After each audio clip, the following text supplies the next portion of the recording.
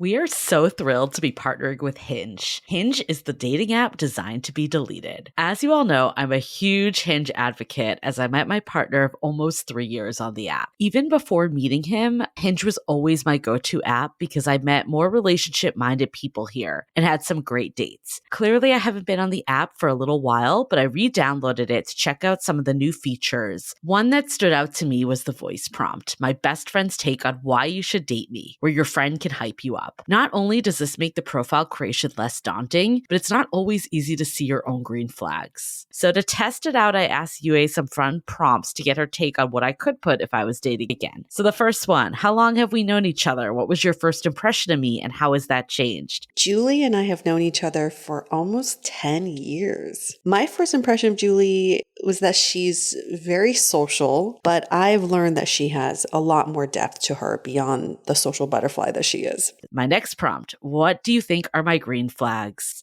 I would say she's deeply loyal. She believes in love, curious mindset, and she is fearlessly ambitious. And then last but not least, what kind of friend am I? Julie is the kind of friend who will always have your back, no matter what. Damn, that feels nice to hear. So download Hinge and try voice prompts today. Then find someone worth deleting the app for. I was so excited to get my shipment from Last Bottle Wines in the mail the other day, full of incredible red wines, all from Napa Valley. I love wine tasting, so having this to my door couldn't be happier. Also, couldn't be more excited that today's episode is brought to you by Last Bottle Wines. If you don't know already, they're a Napa-based online wine shop with a twist. They offer just one handpicked wine per day until it sells out, and they're always at incredible prices. We're talking 30 to 70% off retail. And the best part is that there's no subscriptions, no fees, and no minimum purchase. And I could not be more excited to bring this offer right now because they're having a marathon sale, which is coming up March 28th and 29th. Even better, we're offering Dateable listeners 10% off your first order with code DATEABLE. So if you are a wine lover like me, this is a great time to join. And did I mention that shipping is 100% free? So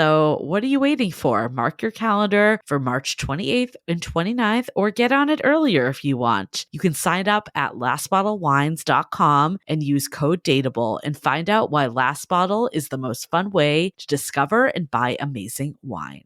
The Dateable podcast features real stories from real people of how they make modern dating work, or not. I'm your host, Yue, former dating coach turned dating insider, if you will.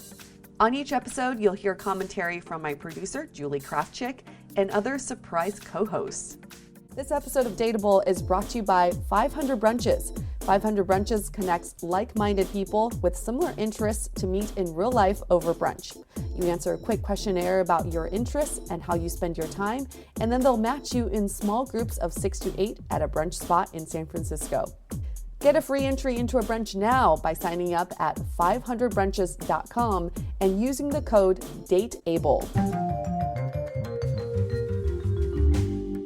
Hey everyone, welcome to another episode of Dateable, a show all about modern dating. I'm just going to cut straight to exactly what we're going to talk about today because our guest wrote a book called Confessions of the Middle-Aged Short Guy with No Game, an average Joe's observations from the deep end of the dating pool. Our guest's name is Vince Gaglione. He is from Raleigh, North Carolina, originally from Philly, 49 years old, currently in a monogamous relationship, and we have him on the line right now. Hi, Vince. Hey, Vince. Ladies, how are you today? We're so good. We want to talk about the average Joe. I guess in your case, It's the average Vince. You wrote us an email and you said, as a short, average-looking guy with no real game, I have found dating to be tough. How do you make an impression and stand out in a sea of other average guys? I have a few suggestions. Well, this is a first for us.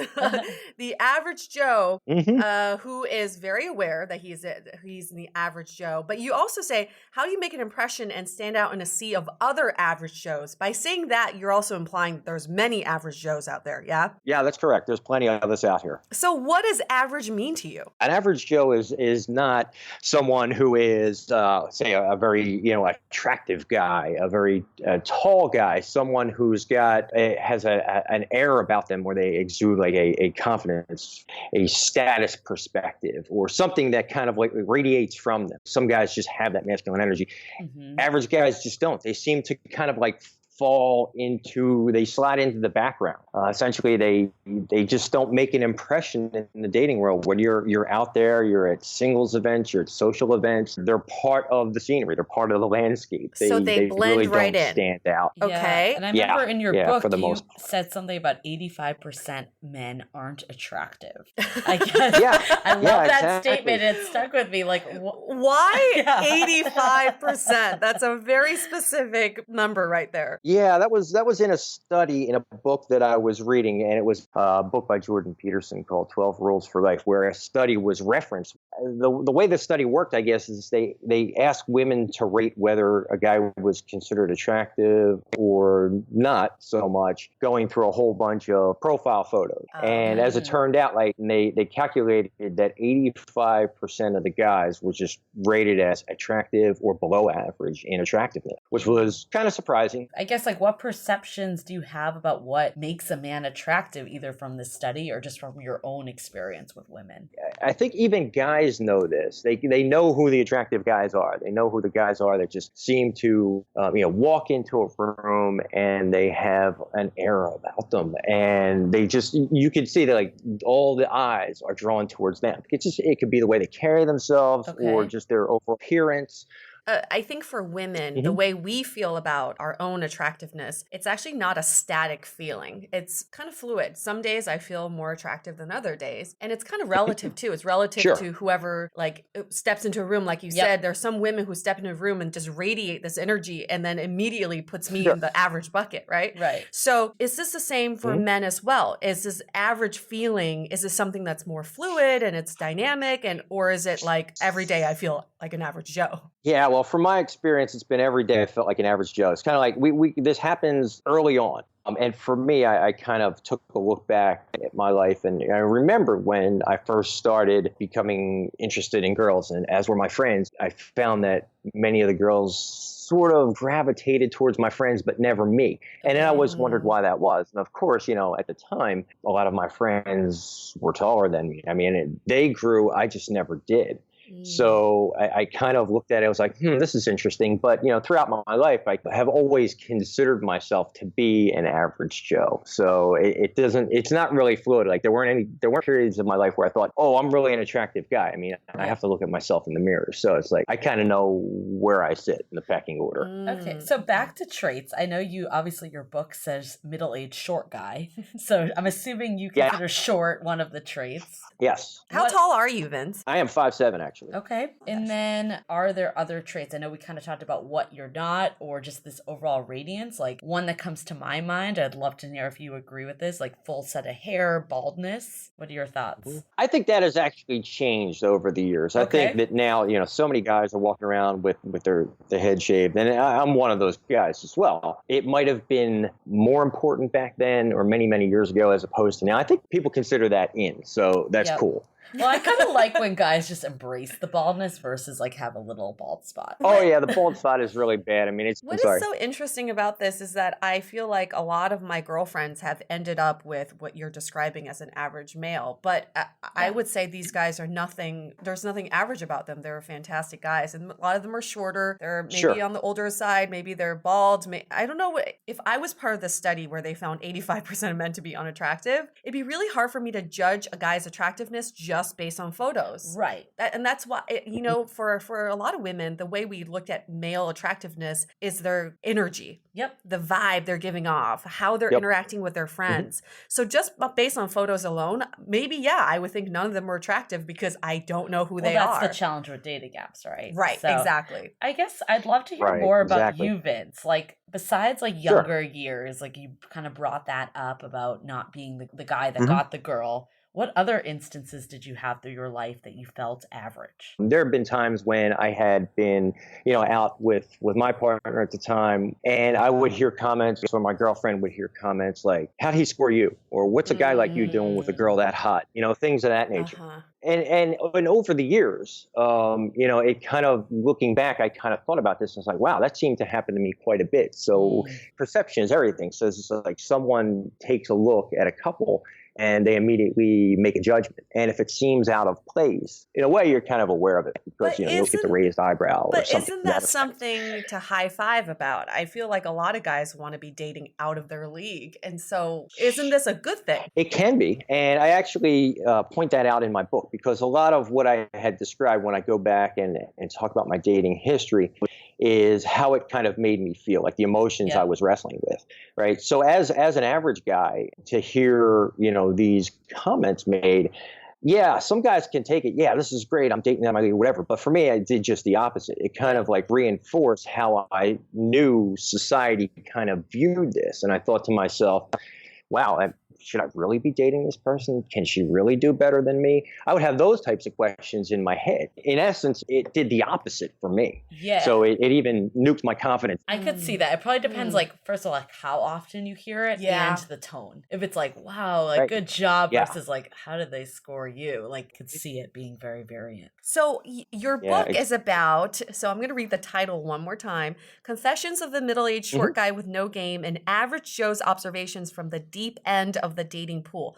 You said in your email to us that you had a hard time dating. So can you give us some examples of the tough times you had with dating, not just what you just told us about, dating out of your league? Yeah, over the years, looking back on my history, I realized I never really had that many first dates. Friends had always, for some reason, somehow managed to score many more first dates than I had. So if it was, for me, I was lucky to have maybe 2 first dates a year, and that was through my early history in dating into, say, my early 30s. I was married for a period of time, so I was with her for 8 years total, from 23 to 30, and then from my 30s on, I'd been single. One thing that was really interesting that happened that was kind of the impetus for the book is that I was sitting with a number of my guy friends at a dinner. We do a monthly dinner, and conversations usually turn towards dating and relationships. And my one friend, he got out his phone and he passed his phone around, and he wanted our opinion of a woman that had contacted him on Bumble. So we looked at the message exchange,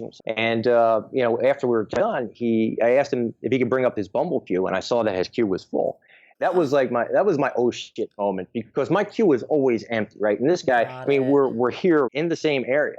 And I thought, wow, what does he have that I don't? So I asked him, I said, what happens when, you got all these people in your queue? What are you going to do with them? He's like, I'll just, once I get rid of these, then, it'll fill up again. And then that made me feel even worse, because I thought I'd been on Bumble. I'd been using the app for, at the time, at least almost a year. And at most, I probably had like 1 or 2 swipes on me in that were in my queue ever at any one time.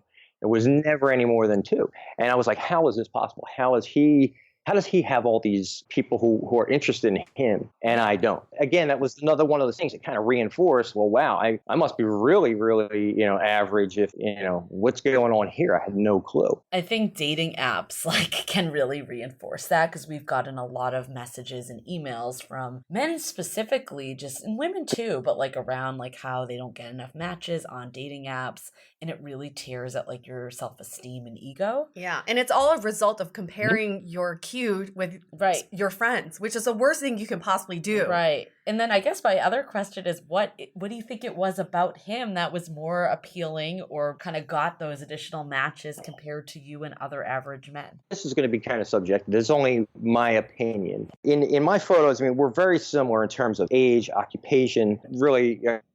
The difference between us are our photos. And in his photo, he kind of has the salt and pepper beard, right? So he's sitting there holding a glass of beer, and he looks kind of big stock. Now, he's average height. He's about 5'10". In my photos, so you can kind of tell that I'm thin and I might be shorter than him. He just looks bigger. Got it. So that's another trait. And that was the only real difference. It's a good segue into, we had an episode in season 5 with this woman named Natalie Carey, and she wrote a book called Every Body Beautiful, and it was focused on body image in women. In the episode, we kind of brought up, do men have these same issues with their bodies? And obviously, we had no male representation at the time, but can you speak a little bit more about body image issues? Sure. I will look in the mirror and, of course, I will find fault with myself. So it's like, I don't like this about me, or I don't like that about me. So I think that as a man, we have those same issues. I think that we kind of internalize them more, so we never kind of like show that or kind of will present that or tell anybody about it, where women will more or less, they'll share some of that information with their closest of friends. But as guys, we're kind of taught to be strong, never show emotion. So I think that, even in those instances, we don't want to express that to anyone, even if we might be feeling it. This is interesting because Natalie wrote this book, Every Body Beautiful, and she said that it was geared primarily to women because she understood women's body issues because she was a woman. And she had all these men coming out of the woodwork after she published it, being like, I relate, I know this. And it's very interesting, Vince, you just said this, like in society, it's so much focused on women's body and not men's. Well, what I also find the other layer to this is, because I've never really looked at men's magazines, but I finally took a glance the other day of Men's Health, GQ, and these men are just as airbrushed and beautiful and perfect as the women you see in Glamour, Cosmo, Vogue. But we never bring up these issues because, we've had this whole, fight against body image for women and how everything's airbrushed and we shouldn't be presenting women in this way, this like picture perfect way. But we haven't really talked about it with men at all. I totally could visualize what you're saying. You get like these like jacked men. Yeah, like shirt off. 10-pack, 12-pack, and it's like super chiseled. And you're like, these guys don't really exist. But I guess if men are seeing these as the role models for them, then I can see how that would give them body image issues. For me personally, it really varies. I have like no ideal body type at all. Yeah, I think it's like this comparison again, like if this is what GQ and Men's Health is saying is like a hot, attractive man, and I don't look anything like that, I could see where the insecurities would come up. But Vince, I would say this though, because the reason why women have been fighting back against all these airbrush bodies is because we feel like men are more picky when it comes to body types on women. And women are a lot more forgiving. Do you find that is the case though? That's a good question. I think that you're probably right. I'm going to agree with that statement. I think that women are basically looking for men who can provide a semblance of protection, dominance, power, etc. So they're looking for guys who are protectors. And how they find that, or how they seem to become aware of that, is through a guy showcasing his personality, at least from, if we're talking interpersonal here. If you're an average guy, if you can showcase your personality, you be yourself, you're authentic, and you kind of display in your personality those qualities, then that will allow that attraction to take place. I'm glad that we're starting to get into some lessons and learnings because I would say this, and I feel like it is my responsibility to present this PSA right now, which is a lot of times, yes, the alpha males in the room will get the most attention because they're the ones who are most aggressive and they're the ones outgoing. They're talking to the females. So of course, I'm going to be talking to the guy who's talking to me. When I secretly wish the guy who's awkwardly standing in the corner would come and talk to me because I find his energy a lot more attractive than the alpha male. I do not like alpha males. But I guess from an outsider's point of view, all you see is the alpha male getting attention. Because he's the one seeking it. The average Joe is not. So can guys kind of learn from this? Just because a woman is talking to your friend doesn't mean that she's necessarily interested. It's just because he's talking to her. That's it. Oh, yeah. And, if we're talking about these types of situations, especially like singles mixers, for example, it's like that's a very difficult environment when you've got a few alpha males who are kind of working the room and, they're in conversation. Sometimes you're in group conversation. So you kind of, if you're interested in talking to a specific person, try to work your way into that conversation. And even people that you might not at first think, I don't want to talk to this person, just go up to them and talk to them anyway. Just start having conversations. If anything, it will make you more comfortable talking to anybody. Yes. So, and when an opportunity comes along, then you're already comfortable and you don't have to worry, oh my God, should I go up to this person? Oh, I don't know what to say, because you'll already know what to say because you've had practice with it. Can I just summarize that advice one more time? Because I think it's important for people to hear. It's really scary to think in a room of strangers, you go up to the one person you're most attracted to first. Yeah. No, you never want to do that. What you're saying, Vince, is in this situation like that, you ease your way in. So start talking to the people you're not attracted to or same gender or whatever. And then that way you get a little warmed up to talk to eventually that girl that you're really attracted to. Yeah.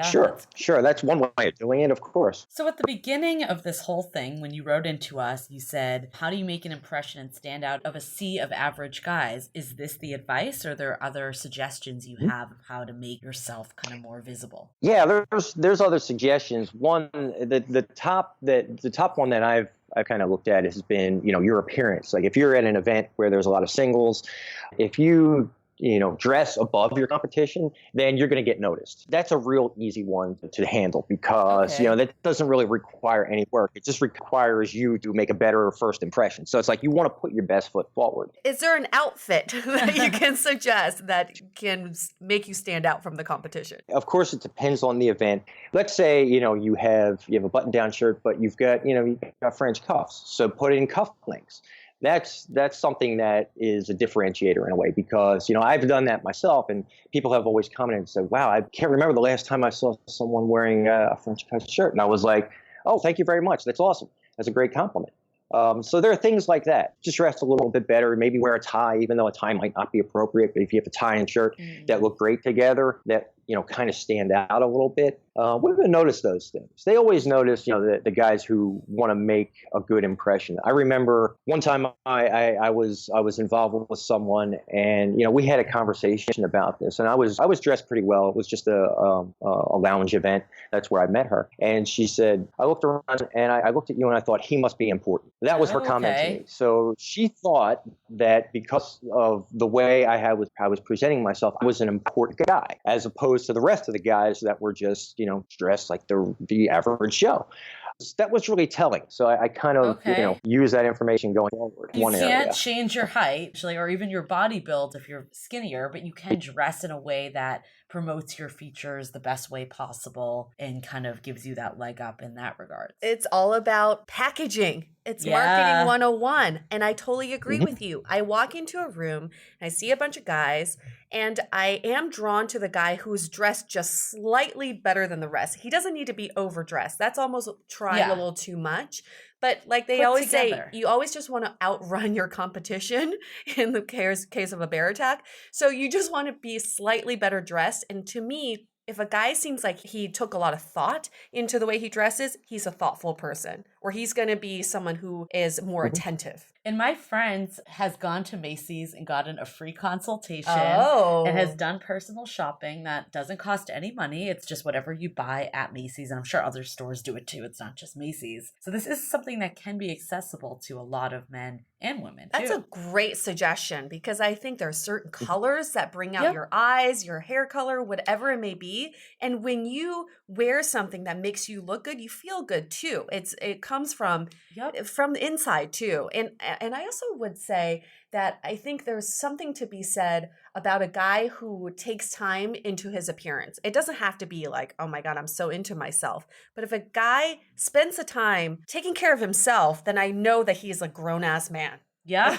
He's not just a boy. Okay, Vince, what other stuff do you got in addition to clothing? In addition to that, we're talking, personality, interpersonal. You have to be confident. You have to present yourself in a confident manner. That doesn't mean being arrogant. That just means, being comfortable with who you are and being authentic and, talking about the things that you're passionate about, being able to engage in a back and forth conversation.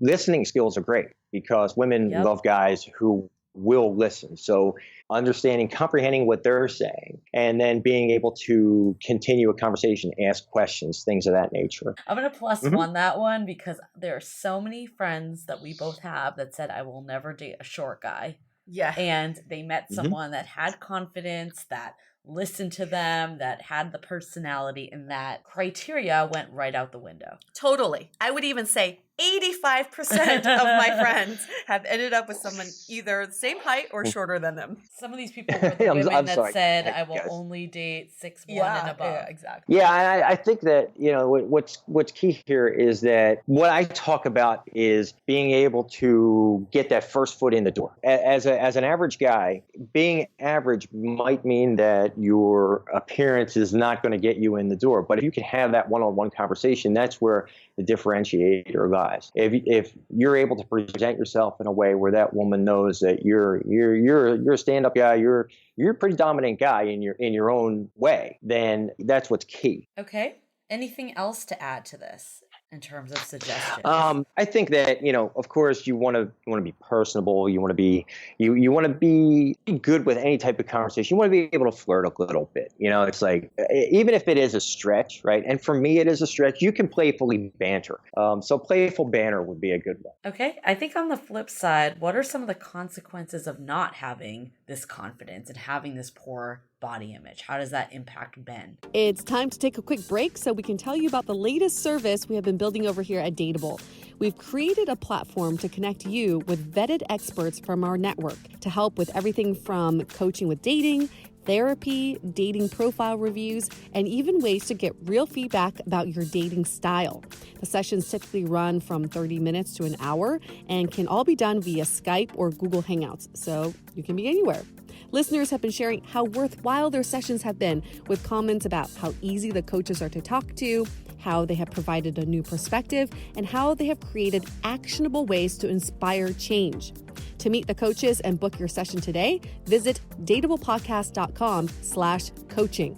Now back to the show. What are some of the consequences of not having this confidence and having this poor body image? How does that impact Ben? I think that it will kind of naturally get you to shy away from interactions, right? So this is something that happened to me back in my 20s. My confidence was at an all-time low, and I would shy away from any type of opportunities. Like I would, even if there was somebody I was interested in talking to, I would refuse to go up to that person just because I didn't have the confidence in myself to be able to do that. I would think to myself, I'm going to get shot down, or I'm going to get a nasty look, or whatever the case may be. So there were probably many women I wanted to have conversations with that I just kind of like didn't even go that route. Mm-hmm. I just kind of backed away and stood in the corner and kind of watched, What happens when you're just constantly getting rejected because of your looks? Like, oh, I like you, but I'm not feeling the connection, or all of that. Yeah, that's another one that really does play, some games with your psyche as well, because, we do take these things personally. So I think that women worry about getting rejected. Guys worry about that just as much. But it's important to kind of, maintain a focus. It's like, okay, if you know what you want and if you know what you're looking for, then you've got to keep at it. It's real easy to just shy away from it all and say, I can't do this. But, nothing that you really want in life, it goes for anybody. It doesn't really come easy. So you have to just stick with it, and you have to try to get better. And you can't really take those rejections personally. That's happened to me quite a few times, and I recall a couple instances where specifically that happened, whether I was rejected for, my height or my looks, and whatever the case may be, particularly at events where I was talking to a woman, and, I had asked her out on a date, and she rejected me, but then I found out like she gave her number to another guy at the same event. So that does a number on your psyche, but you have to remember that you're probably going to get rejected a lot. It's just kind of the way it works. So you just have to keep at it, keep working on yourself, be confident, and keep your eyes open for opportunities that come along. Sometimes we miss the opportunities when we're not in a good place. If you're thinking about, I'm really not an attractive guy, I'm just, an average guy, nobody notices me. You'd be thinking about those things and just miss other opportunities. It also affects your demeanor. It certainly did in my case. Back in my 20s, I mean, I walked around with a scowl on my face all the time. And, most people don't want to walk up to someone with a scowl on their face and just say, hi, how are you? My name is, that's not going to happen. Right. So it's a very difficult thing when you're dealing with the struggle emotionally. You may assume it's because of your looks, but it could be because of the energy. The energy. I think Sure. this topic of rejection is something that everybody likes talking about, because rejection comes from fear. And so I was talking to a close friend of mine this week in Shoe, and he said, something that's really helped me in my life is that every morning, the first thing I do when I wake up is to take a really cold shower, because what you're doing is you're conquering fear. The first thing you do is conquering fear. And it makes you feel really empowered the rest of your day. And it puts everything else in perspective. It makes you think, well, I was able to jump into this freezing cold shower this morning. Nothing else can really get to me now. And so, I wouldn't say this applies to everyone. Don't go the extreme of taking a cold shower every morning. But this idea of conquering fear, doing things that push you out of your comfort zone and make you scared, will help you with rejection, because eventually it puts everything in perspective. And you just think, oh, this girl didn't give her number to me. It just means we're not compatible. Right. It's not a big because deal. of my looks necessarily. Yeah. One of the best quotes I ever heard was the quote of, anything you really want is always on the other side of fear. So I've tried to kind of live my life that way. That's great. Well, this is a great segue to some of our takeaways from this conversation. So, Yue, do you want to kick it off? Yeah, I think I'm just going to summarize some of the advice that Vince just gave us. One is, be a good listener. I think we can all practice to be better listeners. We can be more attentive. And then I like this idea of dressing with thoughtfulness and mindfulness. And it doesn't just mean like dressing fancy, but I think this applies to men and women. Just putting more thought into how you package yourself will present you in a way that other people will take you more seriously, right? I would say, Vince, you are a 49-year-old man. You consider yourself an average Joe, but you were married, you've dated hot women, and you're currently in a monogamous relationship. So what I would say about this whole average Joe theory is that it is just a mindset. There is nothing physical about it. It's a mindset. Julie and I have friends, male friends, who are tall, attractive, gainfully employed, and who've never been able to date women, who have never been in a relationship. It doesn't mean that looks-wise they're an average Joe. It's a mindset. Exactly. I think that's a really good point. My other takeaway is confidence is everything. Yeah. We've seen time after time women that think that they only want to be with someone that's 6 feet tall end up with someone much shorter, or not the stereotypical looks-wise that they thought, because of that quiet confidence that we hear. My other takeaway is that men feel this too. I feel like women are always the ones that are oh, we have to live up to this stereotype. We have to live up to this beauty standard. But men are also on the same boat. It's just society doesn't tell men to discuss it as much as women. Absolutely. Vince, anything that you would add, or any last parting advice for anyone? Yeah, I would say, when we're talking about all this, I'm going to go back to being yourself, being authentic, and understand that not everybody is going to like you. A lot of this we don't understand. A lot of this is chemical, but always be yourself, be authentic. Don't try to be something you're not, because when it really comes down to it, people, they're going to like you. They're going to find you pleasing, or they're not. And it's that simple. We're not for everybody. For all the men out there who are intimidated by the alpha male, can I just be completely honest here? Use them to your advantage. The alpha men are there to peacock and to make assholes of themselves, and they're just making a lot of noise. It's all fluff, right? So what they're doing is distracting the women. But what you can do as an authentic male who may be just a little bit more introverted is that you want to spend more quality time with the women. So as soon as you see the alpha males talking up a game and flirting with the girls, get that girl alone and say, hey, I just want to break through this clutter. I know that maybe you're in a conversation with this guy, but I would love to buy you a drink and get to know you better. That's more of an authentic connection than some guy peacocking and making all that noise. I love that, because I think, speaking from my own perspective, but I know other women feel this too, we don't want the guy that's going up to every woman in the bar or like blatantly hitting on women or even yourself. It's in a way sometimes not even the most complimentary if it's happening. You don't feel special with it and it doesn't feel authentic. Just being like a normal person, being like, hey, how's it going? Yeah. Just striking up conversation like you were talking to a friend actually goes a lot further. Vince, one other question for you. You gave a lot of great advice to kind of overcome this in real life. But what about dating apps? Like, how would you potentially position your profile if you are shorter or you are skinnier? Yeah, that's actually a difficult question because, of course, people are making judgments based on the photos, right? I mean, that's kind of where it all starts. If they don't like your photos, then they're probably not going to read your profile, right?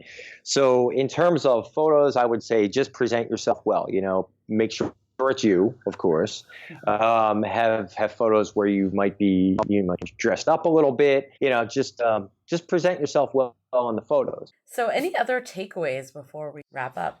Do we have time for a quick question of the day? Yeah, let's do a question of the day. This question comes from Danielle. She says, I have come to terms with my looks. I'm not ugly or hot, just kind of in the middle. I'm pretty secure with what I have to offer as a wonderful girlfriend in person. I have no concerns that once I meet the right person, they will see this. My problem comes in attracting men since they're so visual. Any thoughts about ways that I can make more of an immediate impression? I love this because it's the woman's perspective. Yeah, and we were just talking about this as well. Yeah, I guess Vince, from your perspective as a man, do you have any thoughts for Danielle? Yeah, I think the one thought I could that it comes right off the top of my head is guys are looking for a woman who radiates her femininity. So being feminine, being in her feminine, kind of a little bit flirty, just playful, confident in herself, and really is just a fun person. That's what we look for as guys. So if you are, even an average, there are plenty of women that are average Jill, super attractive. Yeah, they're super attractive because they radiate that feminine energy, and that's what we're kind of drawn to. I mean, there are women out there who are extremely attractive, but they don't really radiate that energy at all. So it's like when you talk to them, it might be kind of business-like. You feel like you're in a business meeting. It might be kind of cold, and that's what pushes guys away. So I would say to this person, be your authentic self, but be feminine. It's energetic. Okay, so very similar to kind of the advice you gave for men is be confident. And kind of also another piece could be kind of dress with what will suit you best as well. That could be another piece of advice. I would say it's a mindset. It's relative to how you're feeling that day. So I just know on days that I'm not feeling completely confident about myself, I'm not going to put myself in a situation where I feel even less confident. But on days where I'm feeling really good, that I'm going to take advantage of that energy and get out there. It's all about context. It's not... Again, I think attraction and attractiveness is not static. It's all so dynamic and relative to how we're feeling and what our mindset is. So I would just say know yourself better. That's a really good point, actually, because I've been there myself. There are days when I haven't felt great, and I was like, okay, well, I'm supposed to go to this event and I'm going to go. And then I would have a horrible time because, I really didn't want to be there for whatever reason. And energetically, people kind of can sense that. Yes. So I might not have had conversations and I might have left there thinking, man, I didn't talk to anybody tonight, or wow, this was horrible. So yeah, a lot of this is, of course, how you feel, certainly. Yeah. And I think actually what Natalie Carey said on her episode is there are all types of people out there that find different types attractive. At the end of the day, it's about finding that person. So you don't need to be attractive to every last guy. You just need to find the guy that you're attractive to. Yep, exactly. All right, Vince, we're going to wrap this up. Thank you so much for telling us so honestly your story and what you've been through and your learnings. I think this is so helpful for a lot of people, men and women, actually. And for anybody interested in Vince's book, again, it's called Confessions of a Middle-Aged Short Guy with No Game and Average Joe's Observations from the Deep End of the Dating Pool. You can find it on Amazon. Anywhere else? The book is available on all the major ebook platforms. So you can get it on Amazon, you can get it on Barnes & Noble, iBooks. Sweet. Thank you again for, for your time, and for listeners, we want to hear from your perspective, whether you're the average Joe, average Jill, or you're just like, you're so freaking hot and you still have a hard time dating. I know people like that. Totally. We want to hear from you as well. We love to have you as a guest on our show. We're always booking guests for future seasons. So find us at dateablepodcast.com. Okay, on that note, we're going to wrap this up. Stay dateable. Your action item for this week is to think about the physical type you normally go for and throw that out the window. Don't get so stuck on the superficial qualities that make someone attractive to you. We've said this before, but it never hurts to say it again. Keep an open mind when it comes to dating. If you keep going for the same type and none of them seem to work out, there's probably a reason for that. This week, step out of your comfort zone and go for someone completely different from your normal physical type.